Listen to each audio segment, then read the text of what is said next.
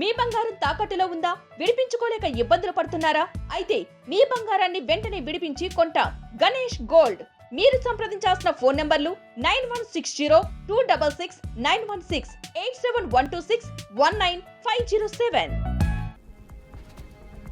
అమరావతి నేతన్నలపై కూటమి ప్రభుత్వం వరాల జల్లు కురిపించింది. చేనేత రంగానికి ఊతమిచ్చేలా ముఖ్యమంత్రి చంద్రబాబు కీలక నిర్ణయాలు ప్రకటించారు. చేనేత వస్త్రాలపై జీఎస్టీని ప్రభుత్వమే భరిస్తుందని స్పష్టం చేశారు. ఆ మొత్తాన్ని కేంద్రానికి రాష్ట్ర ప్రభుత్వమే చెల్లించనుంది. కార్మికుల కోసం 5 కోట్లతో ట్రిప్ట్ ఫండ్ ను ఏర్పాటు చేయాలని నిర్ణయించారు. నేత మగ్గాలకు 200 యూనిట్లు, మరమగ్గాలకు 500 యూనిట్ల వరకు ఉచిత విద్యుత్ అందిస్తామని వెల్లడించారు. అమరావతి ఒక మనిషిని జైల్లో పెట్టడం అంటే ఆ వ్యక్తి పరువు ప్రతిష్టతో ఆడుకోవడమేనని వైసీపీ అధ్యక్షుడు జగన్ అన్నారు. తమకు గిట్టని వారు, నచ్చని వారు, ప్రభుత్వ వ్యతిరేక స్వరం వినిపించే వారిపైన దొంగ సాక్ష్యాలు సృష్టించి కేసులు పెడుతున్నారు. జైలుకు పంపి వారి పరువు తీస్తున్నారు. ఒక కేసులో బెయిల్ వచ్చి బయటకొచ్చే లోపే మరో కేసు పెట్టి వారిని జైల్లోనే ఉంచేస్తున్నారు. 14 నెలల చంద్రబాబు పాలన చూస్తే కలియుగం అంటే ఇదే కదా అనిపిస్తుంది. విశాఖపట్నం రేషన్ పంపిణీలో నగదు చెల్లింపు విధానం ప్రవేశపెట్టే ఆలోచన ఉందని పౌర సరఫరాల శాఖ మంత్రి నాదెండ్ల మనోహర్ అన్నారు. ఉత్తరాంధ్ర జిల్లాల జాయింట్ కలెక్టర్లు, పౌర సరఫరాల సంస్థ తూనికలు, కొలతల విభాగం అధికారులతో విశాఖ కలెక్టరేట్లో ప్రాంతీయ సదస్సు నిర్వహించారు. గిరిజన ఉత్పత్తులను రేషన్ డిపోల ద్వారా వినియోగదారులకు అందుబాటులోకి తీసుకొచ్చే ప్రయత్నాలు జరుగుతున్నాయని చెప్పారు.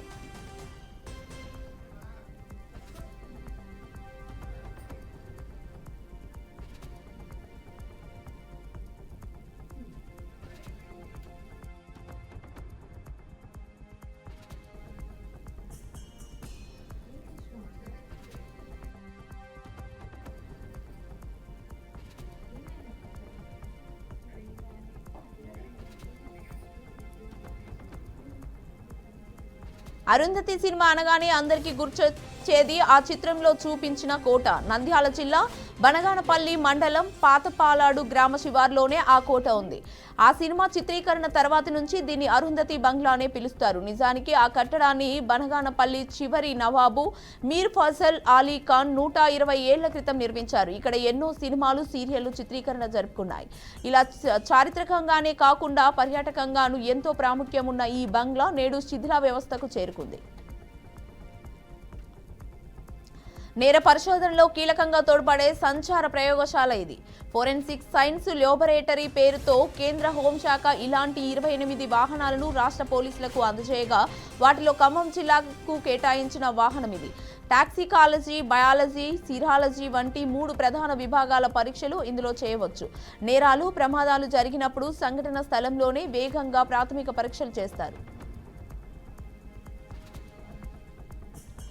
నేషనల్ వాస్క్యులర్ డే సందర్భంగా బేగంపేటలోని కిమ్స్ సన్షైన్ ఆసుపత్రుల ఆధ్వర్యంలో వాక్థాన్ నిర్వహించారు.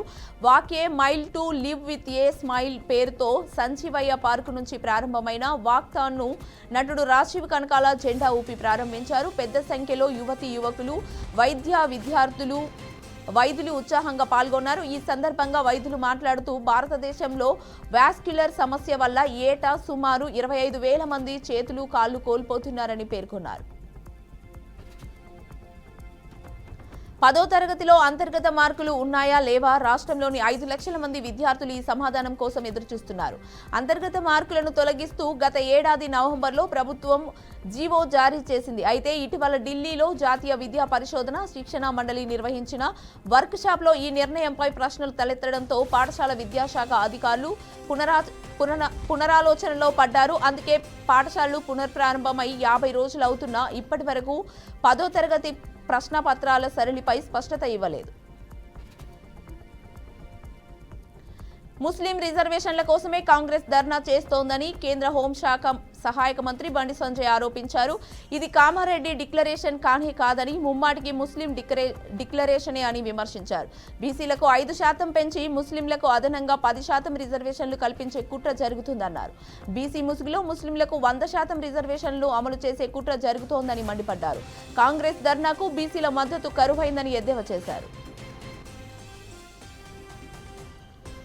మహేష్ బాబు సరసన టక్కరి దొంగలో నటించిన బాలీవుడ్ నటి లిసారే బ్లడ్ క్యాన్సర్ బయటపడింది. FICCI ladies organisation Hyderabad chapter నిర్వహించిన మినీ లైవ్ ఆఫ్ లీసారే కార్యక్రమంలో ఆమె పాల్గొన్నారు. ఈ సందర్భంగా తన జీవిత ప్రస్థానాన్ని వివరించారు. నా జీవితంలో అత్యున్నత విజయ క్షణమే చీకటి గడియ కూడా అని అన్నారు. కెరీర్ ఉన్నంత వరకు సమయంలో 37 ఏళ్ల వయసులో నాకు బ్లడ్ క్యాన్సర్ సోకిందని, 5 ఏళ్ల కన్నా బతకనని డాక్టర్లు చెప్పారని గుర్తు చేశారు. కుటుంబ స్తోమత కారణంగా ఉన్నత విద్యాభ్యాసానికి ఆర్థిక పరిస్థితులు అనుకూలించని విద్యార్థులకు ప్రధానమంత్రి విద్యాలక్ష్మి పథకం అండగా నిలుస్తోంది. అవగాహన లేక చాలా మంది ఈ పథకాన్ని వినియోగించుకోలేకపోతున్నారని, వికసిత్ భారత్ లక్ష్య సాధనలో భాగంగా అమలు చేస్తున్న కార్యక్రమంలో ఎలాంటి హామీ పత్రాలు అవసరం లేకుండానే బ్యాంకు రుణం పొందే అవకాశం ఉంది.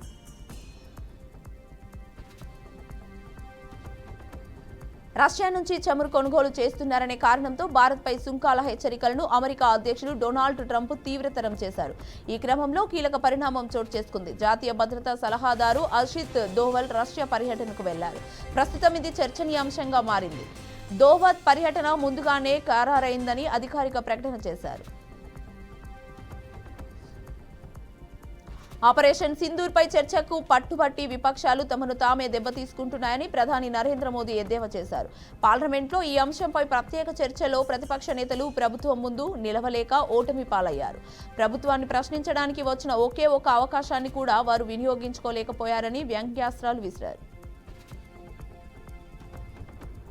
రాజ్యసభ కార్యకలాపాలను నడిపేది మీరా లేకపోతే హోంమంత్రి? రాజ్యసభ విపక్ష నేత మల్లికార్జున ఖర్గే నిలదీశారు.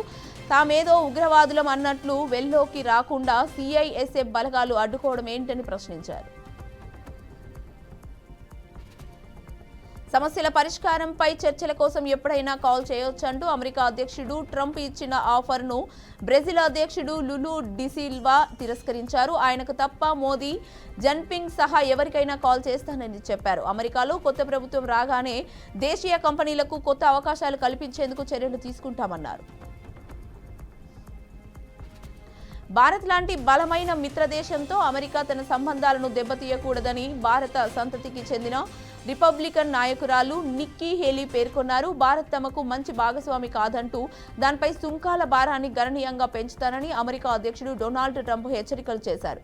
ఈ క్రమంలో నిక్కీ హేలీ ఇరు దేశాల సంబంధాలపై చేసిన వ్యాఖ్యలు చర్చనీయాంశంగా మారాయి.